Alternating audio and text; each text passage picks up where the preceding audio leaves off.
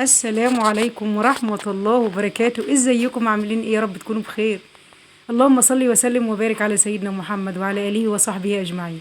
صلوا على النبي محمد صلى الله عليه وسلم، صلوا على الحبيب المصطفى صلى الله عليه وسلم. اذكروا وزيدوا النبي صلاة، زيدوا النبي صلاة كتير قوي، وادعوا لأمواتنا بالرحمة، وادعوا لأهلنا في فلسطين وغزة بالنصر.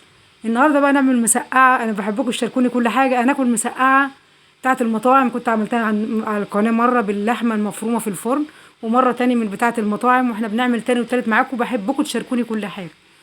المسقعة بتاعة المطاعم الجميلة. جبنا البتنجان غسلناه وقشرناه وقطعناه التقطيعة الكبيرة دي، وحطينا فيه شوية ملح زي ما شفتوا كده، وهنحط طبق تحت المصفى وهنسيبه شوية لحد ما ينزل المية بتاعته عشان ما ياخدش زيت معانا. معانا بصلتين صغيرين، معانا 3 4 5 قرون فلفل، معانا 3 حبات من البطاطس، فصين توم، مقطعة البطاطس زي ما انتوا شايفين كده شرايح صغيرة. تمام. تمام.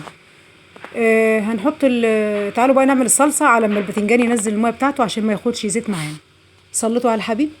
ولو عجبكم الفيديو مطبخي مطبخ انا عبد، كل اللي ما يعرفنيش انا مطبخ انا عبد يا حبايبي، تنوروني بالاشتراك وفعلوا جرس الاشعارات عشان كل وصفة من وصفاتي توصل لكم.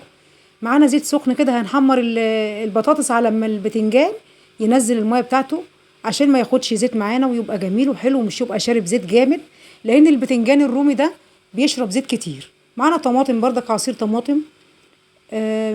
اللهم صل على حبيب النبي. ومعانا شطة، حطينا شطة حراقة في التسبيكة بتاعة الطماطم، هنحطها اللي انتوا شفتوها معانا في اول الفيديو. شفتوها اكيد، شفتوها طبعا. شفتوها ازاي. معانا فصين توم هنحطهم على البصلة كده، ومعلقتين 3 زيت في قلب الحلة، لان المسقعة ما بتتعملش الا بزيت. تمام. اي نوع زيت عندكم يكون، الاهم حاجة يكون نضيف حلو. هنحمر البطاطس بقى في الزيت الاول على بال ما زي ما قلت لكم البتنجان ينزل المية بتاعته علشان ما يشربش زيت معانا. حمر البصلة كده تبقى صفرة معانا، وهنحط فيها الطماطم تتسبك. وهنا في الطاسة حطيت البطاطس تتحمر، انا مقطعاها زي صوابع بس صغير. تمام. المسقعة ما تنفعش طبعا من غير بطاطس. انا ابني عملت المسقعة بالبطاطس من غير البطاطس، عملت البتنجان قبل كده من غير البطاطس. ابني قال لي لا مش عايزه اكلها من غير بطاطس، انا عايزه اكلها ببطاطس، بحبها ببطاطس لان البطاطس بتحليها. قلت له ماشي يا ابني، عملتها بالبطاطس. بسم الله ما شاء الله. معانا الطماطم حسب الكميه اللي انتوا عايزين تعملوها يا حبيب قلبي. انا هنا عندي تلتين شفشق من الطماطم، وعملت كيلو ونص بتنجان، بتاع كيلو الا ربع بطاطس. يعني لما تبات المسقعه بتبقى جميله، سواء تفطروا منها. دي بتاعت المطاعم يا حبايبي، واحسن والله العظيم 3 بتاعت المطاعم مش بتبقى طعمه زي ديت. اللي في البيت دي بتعملها نظيفه، دي تحس ان هم عاملينها بسمنه، ماسكه في بعضيها كده، وما تبقاش حلوه زي اللي احنا بنعملها في البيت. يعني رجاء رجاء يعني اعملوا المسقعه دي في البيت، تبقى جميله جدا والله العظيم. جبتها واشتريتها من مطعم قبل كده، لقيتها مدهننه، وتحس ان هم عاملينها بسمنه ما تعرفوا، وطعمها مش حلو والله العظيم. والله بجد ما عشان بصور ده، انا بقول لكم صراحه يعني رايي فيها يعني. تمام. صلوا على النبي كده واذكروا الله، وادعوا لاخواننا في فلسطين وغزه بالنصر، وادعوا لابويا بالرحمه. ويعملوا اشتراك بالقناه، كل اللي ما اشتركش يشترك. في وصفات حلوه قوي في القناه تعجبكم. ولو عجبكم الفيديو ما تنسونيش في الدعم، اعملوا لايك عشان اللايك بيرفع الفيديو. هنحط بقى البهارات بعد ما حطينا الطماطم. هنحط البهارات اللي انا قلت لكم، عباره عن كمون، شطه، ملح، شويه فلفل اسود صغيرين، وهنسيبها تتسبك مع نفسها بقى. هنا بقى هنحمر في الطاسه البتنجان والبطاطس والفلفل، ونحطه في مصفى عشان لو في زيت زياده ينزل في المصفى، ينزل في الطبق ولا في حاجه من تحت المصفى. ماشي زي ما انتم شايفين. بصوا انا حاطه مصفى هنا اهي، بس خلي بالي من الطماطم بس لا تلسع ولا تشيط، ما الحاجه لو شاطت هتبقى ريحتها وطعمها مش حلو. نقلب الطماطم باستمراريه كده. ومعانا مصفى حطيناها على الطبق عشان نصفي فيها البطاطس كده زي ما انتم شايفين، لان لو في زيت زياده بينزل في قلب الطبق اللي تحت.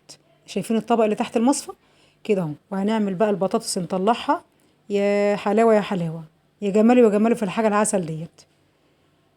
اللهم صل وسلم وبارك عليك يا حبيبي يا شفيعي يا رسول الله، صلى الله عليه محمد صلى الله عليه وسلم. والفلفل بقى، وانا بقول لكم فلفل شطه حطيته بحاله كده. الفلفل بقى بدي ريحه جميله للمسقعه. ده المسقعه من غير فلفل ما تبقاش مسقعه، تبقى مسخنه. ما تبقاش مسقعه.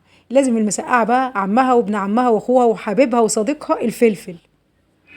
الفلفل بدي نكهه حلوه قوي في قلب المسقعه، والبطاطس اجمل. تمام. هنا زي البطاطس سوري البتنجان بعد ما نزل الميه بتاعته خدنا بقى نحمر فيه كده ويطلع معانا زي العسل كده يا حبايبي. هنحط شويه ميه صغيرين في قلب صلصه الطماطم اللي انا عملتها. الطماطم عباره عن ايه؟ لكيلو ونص بتنجان عملت بتاع كيلو طماطم، سبكته، وبعد ما اسبك حطيت كوبايه شاي من الميه بس، فقط لا غير. اول ما تغلي معانا بالطماطم كده بالميه بعد ما اتسبكت، هروح جايه حاطه فيها البتنجان واطفي على طول، ما اسيبوش على النار. هنا بحط البتنجان اهو بصوا، بس هطفي على طول، مش هسيب البتنجان على النار عشان ما يتهريش. تقليبه واحده بس كده واطفي النار واكشف غطا الحله او وارب غطا الحله، يطلع معانا مش متهري، مسقعه جميله جدا، والحته القطعه بقطعتها بصوا، مش معجونه. يعني بصوا تخش كده على القلب، رغيفين صبحين صبحين كده حلوين، وغمسوا بقى المسقعه العسل ديت، سواء في الفطار سواء في العشاء، جميله جدا والله يا حبايبي. اهو.